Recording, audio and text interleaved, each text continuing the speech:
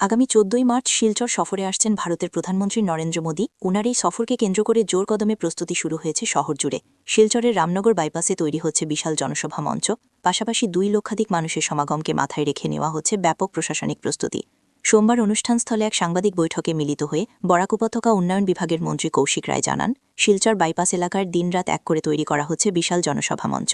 সাধারণ মানুষের আগমন, বসার ব্যবস্থা, নিরাপত্তা সহ প্রতিটি দিক খতিয়ে দেখে প্রস্তুতি চালিয়ে যাচ্ছেন প্রশাসনের উচ্চপদস্থ আধিকারিকরা। প্রধানমন্ত্রীর এই সফরে উত্তর পূর্বাঞ্চলের মধ্যে প্রায় ২২,৮৬৪ কোটি টাকার একটি ঐতিহাসিক গুরুত্বপূর্ণ প্রকল্পের শিলান্যাস করা হবে। পাশাপাশি পাথারকান্দিতে একটি কৃষি কলেজ সহ একাধিক উন্নয়নমূলক প্রকল্পেরও উদ্বোধন করবেন প্রধানমন্ত্রী। অন্যদিকে শিলচর থেকে বদরপুর হয়ে চুড়াইবাড়ি পর্যন্ত রেলপথের বিদ্যুতায়নের কাজ সম্পূর্ণ হওয়ায় তারও আনুষ্ঠানিক উদ্বোধন করবেন তিনি। এই কর্মসূচিতে প্রধানমন্ত্রীর সঙ্গে উপস্থিত থাকবেন অসমের রাজ্যপাল লক্ষণপ্রসাদ আচার্য, মুখ্যমন্ত্রী ড হিমন্ত বিশ্ব শর্মা, কেন্দ্রীয় মন্ত্রী সর্বানন্দ সোনোয়াল সহ বিভিন্ন বিভাগের মন্ত্রী ও শীর্ষ প্রশাসনিক আধিকারিকরা। প্রধানমন্ত্রীর সফরকে ঘিরে ইতিমধ্যেই রাজনৈতিক মহল ও সাধারণ মানুষের মধ্যে ব্যাপক উৎসাহ লক্ষ্য করা যাচ্ছে। সাংবাদিক সম্মেলনে শিলচরের বিধায়ক দীপায়ন চক্রবর্তী, বিজেপির জেলা সভাপতি রূপম সাহা, অমিতাভ রায়, ধোলাইয়ের বিধায়ক নিহার রঞ্জন দাস সহ বিজেপির অন্যান্য শীর্ষ নেতাকর্মীরা উপস্থিত ছিলেন।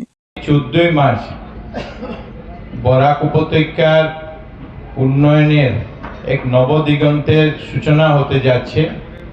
ভারতবর্ষের মাননীয় প্রধানমন্ত্রী শ্রী নরেন্দ্র মোদীজির হাত ধরে প্রধানমন্ত্রী হওয়ার আগে মোদীজি প্রথমবার 2014 সালের 22 ফেব্রুয়ারি এসেছিলেন।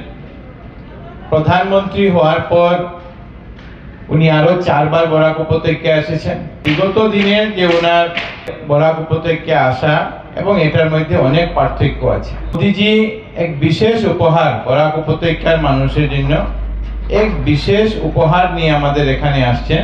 মোদীজির যে কার্যক্রমের জন্য আমরা যে জায়গা নিয়েছি, এই জায়গা শিলচর বাইপাসে রামনগর এবং বুদ্রাইলের মাঝে এই জায়গা আমরা নিয়েছি।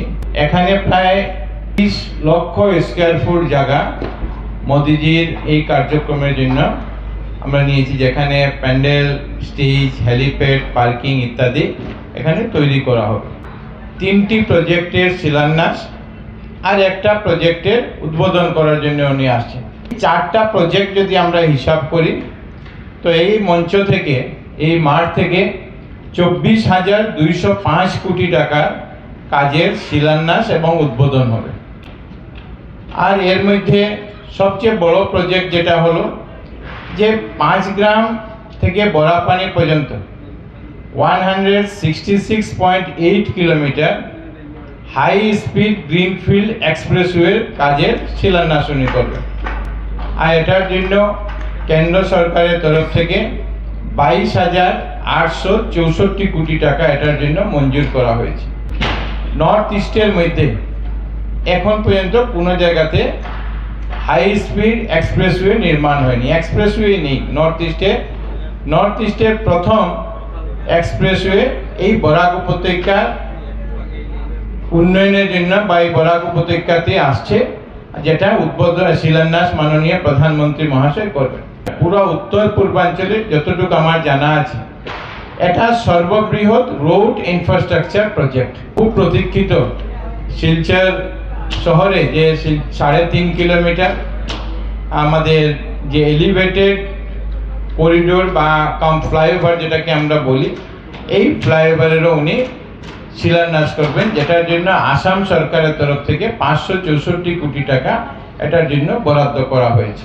যে পাথারকান্দিতে আসাম সরকারের তরফ থেকে বরাক উপত্যকার প্রথম এগ্রিকালচার কলেজ নির্মাণের সিদ্ধান্ত নেওয়া হয়েছে এবং এই agriculture college, Patharkandi agriculture college, এটা 122 কোটি টাকা, এটারও শিলান্যাস এই সভার মাধ্যমে, এই সভাস্থান থেকে, এই মঞ্চ থেকে ভারতবর্ষের মাননীয় প্রধানমন্ত্রী মহাশয় করবেন।